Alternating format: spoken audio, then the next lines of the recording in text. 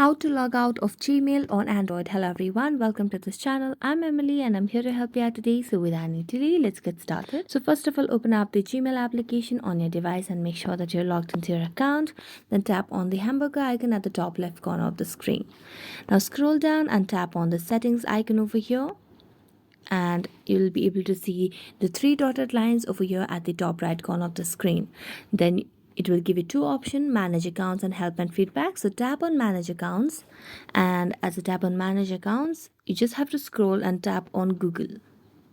Then select the account that you want to remove from, or you want to log out from your Android device.